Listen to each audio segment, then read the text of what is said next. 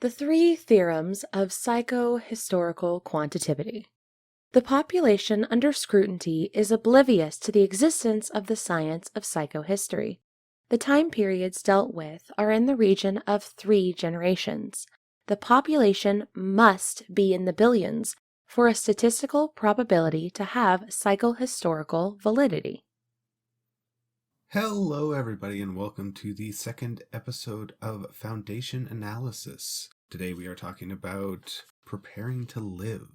Today's episode, of course, starts with the intro, which is great and stylized, and it's got that chroma pigment from the wall, and it is great, but it is what we've seen in the first episode, so we're going to move right along. I am your host, Brent Stewart. So we open with a medical facility, and it is rather Spartan, plain walls, and it is immediately besieged. There's a raid going on, and we quickly find out that this is a illegal or black medical research facility and clinic, and that these are where the 2 suicide bombers have come from in the previous episode. And we see Dem interrogate the head doctor before reporting back to Empire or the 3 brothers and reporting their findings. Brother Day, of course, is still focused on the Foundation and Harry Seldon, and of course, so he proposes that, well, nothing has exonerated them. We could fill the air with the story that it was them until it was nothing but the truth. And that, of course, shows the power of propaganda. And it's a scary thought to have a person with that mentality in control for that long, because, of course, clones. There is a absolutely fantastic moment, though, where Dem pushes back, and then Brother Day is, like, maybe don't push me, which is funny because she's been around a lot longer than him, the specific clone, has. And I don't know, it's the more I watch the show, the more I feel like she is much more integral to Empire than we first are led to believe. But foreshadowing for later in the episode. We then cut to the slow ship with the Foundation personnel, and we see Gale and Raish and the start of their, well, not start, but establish that they have started a relationship. And it starts in the pool or the rec area, and as it transitions into the hallway, we see them break physical contact, eschewing public displays of affection, foreshadowing that the relationship is not yet public. We then see that the Foundation personnel are training in simulators and getting ready and getting cross-trained so that everybody is able to pitch in and build a new community on Terminus. It is stated here that they are about 4.5 years out, or 54 months. And in the training simulation that Gale does later in the day, they are attacked by a bishop claw while mining a lava tube, and it results in an explosion, killing everybody. The summation is that by Gale is that the test was unfair because, well, there's the bishop claw and then all of that stuff. And the trainer's response is, well, life is unfair. And that cuts to the garden, where we have Harry Seldon and Gale talking about some things. There is a interesting little back and forth about a tree in the Imperial Garden and sympathizers.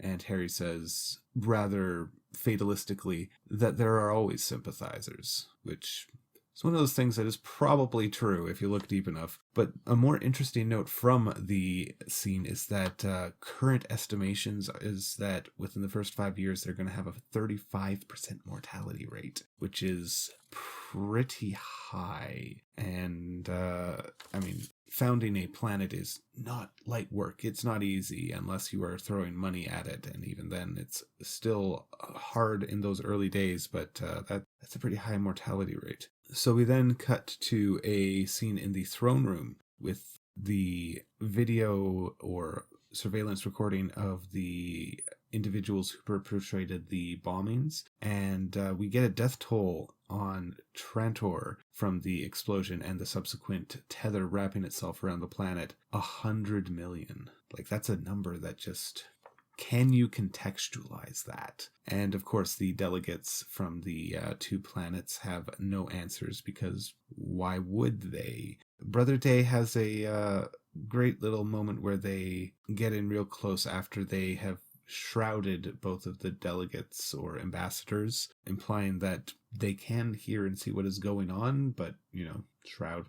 And he says that someone will hang for this. I would like it to be the guilty one, which is, again, an interesting mentality for a galactic leader to have, at least in my opinion. We then finish up that scene with Brother Day asking where Brother Dusk is, and we cut to him working on the mural, and we get a well-acted scene of the implication of his body degrading, which is a fantastic transition to a scene with Gale on the slow ship again in a medical scanner and having a routine procedure taken place, and it is a embryo extraction, which we get through the dialogue, not explicitly stated, but so Raish and Gale have been getting busy and have a potential procreation, and the reason it is removed is, well, they're on a slow ship going incredibly fast across a galaxy. They're apparently soaking up a whole bunch of radiation, so the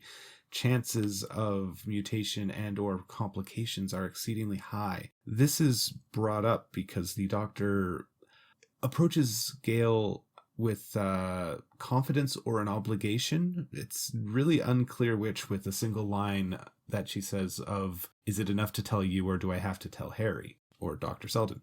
And so basically what has happened is another individual has conceived and is debating whether or not to keep it and deliver on the ship, which again has all those complications that are possible. This is a fantastic window into the perspective, because Gale goes to speak with the individual, and there's a great discussion about choices, and basically the individual has said that we're not living on this ship, we're preparing to live, which is name of the episode. But it's true, because they're training, they're doing things, they're prepping. It's not actually that fulfilling or what they are intending or wanting to do. They are getting ready.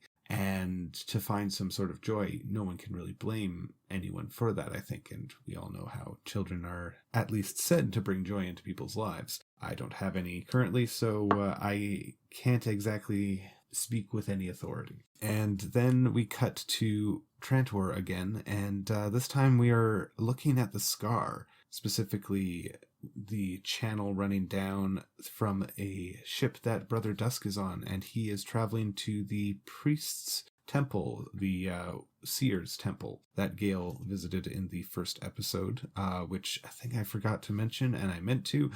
When she is there, Raish, doesn't get to sit, but he is allowed to stick around, but he has to be disarmed, and he relinquishes a knife, which is pulled from his belt, which is a fantastic nod to the books, because, as I mentioned, only Imperials are allowed to have weapons, like projectile weapons, or weapons that can work at range, and so there is a subculture or theme or tradition of belts with knives hidden in them for personal defense and etc. And there's a really good moment in the prequel books where it's like, oh yeah, the quote-unquote signpost for who sells them is a broken washing machine outside of the front of their shop, which I thought was a very cute little moment as a teenager reading that. So Brother Dusk has gone to the Seer's temple to try and find some sort of consolation or direction or affirmation for their choices, and they are torturing themselves with the what ifs. And there's a great scene between the priest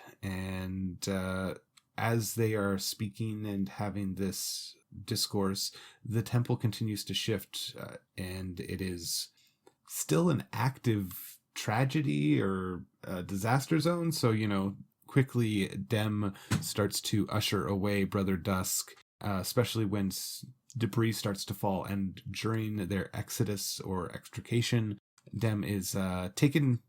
She takes a hit, and it does not look nice. And as she pulls her hand away from it, it's got blood on it, but it is not human blood. So confirmation that she is not human. So we then cut again back to the slow ship and the swimming pool, which, if you're going to build that set, make sure you get great use out of it. And there's a great lighting effect where the pool is very, very dark and the sides are lit up, and Harry is light and Gale is in the pool and dark. And Harry kind of waxes poetic, and reading between the lines, he never expected to go to the Foundation. He expected something else for him but his people to go. And for that reason, he sends Gale to the meeting, primarily for what to save, as in they are allocating resources and figuring out what we're going to record and how we're going to record it, and themes of choices of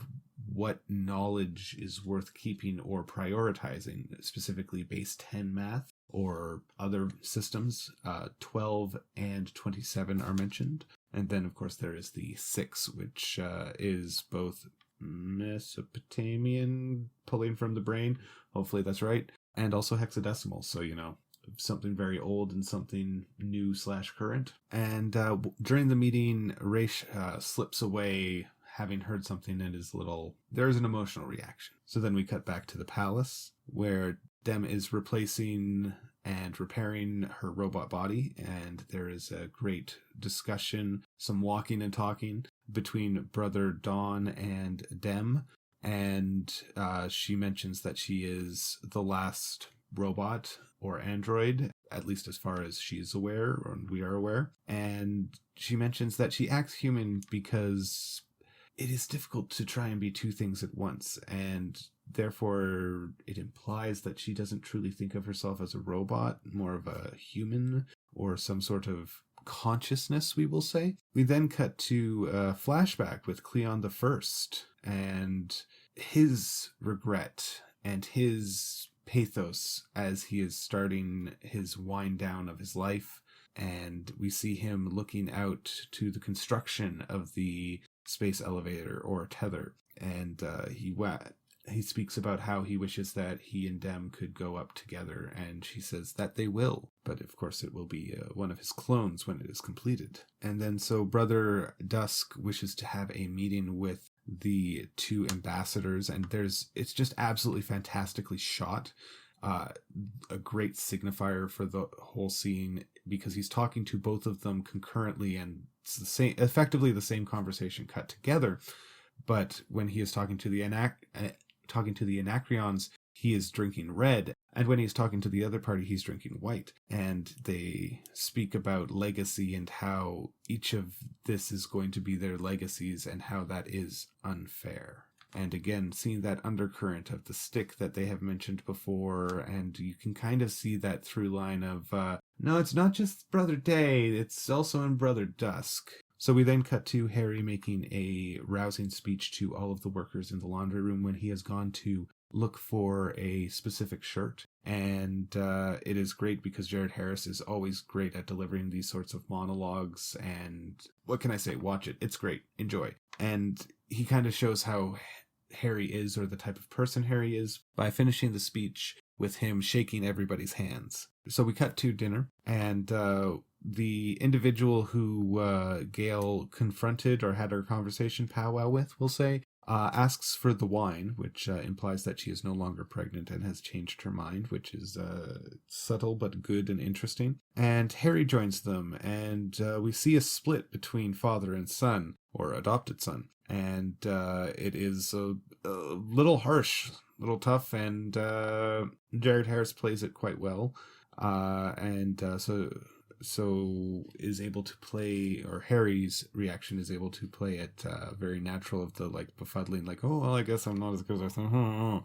My memory's not so great, I guess. And yeah, no, it feels very natural and human. It's fantastic. Chef's kiss. Mwah. So then Gale leaves to console Raish, and there is a fantastic scene on the holodeck, we'll call it. I'm just going to call it a holodeck because they haven't named it anything other than a simulator, and that's ambiguous. And so then we have the brothers and the resolution of the bombing. We have kind of a powwow between the three and what they should think. Dusk is advocating some mercy, which is a little more softer touch than Day has in the past, or Dusk has in the past. Dawn is scared, rightfully so. They're a child experiencing a terror attack for the first time. And Day is very angry and very vicious, which means we lead to some executions.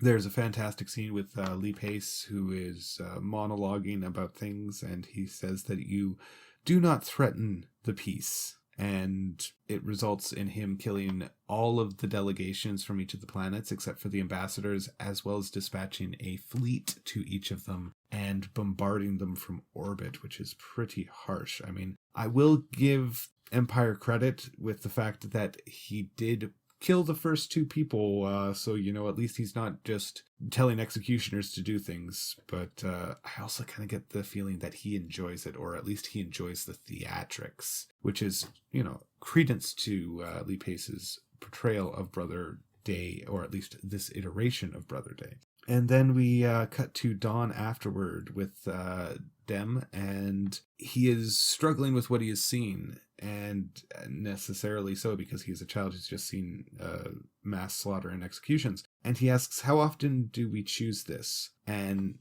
Dem turns to him and says, you always do.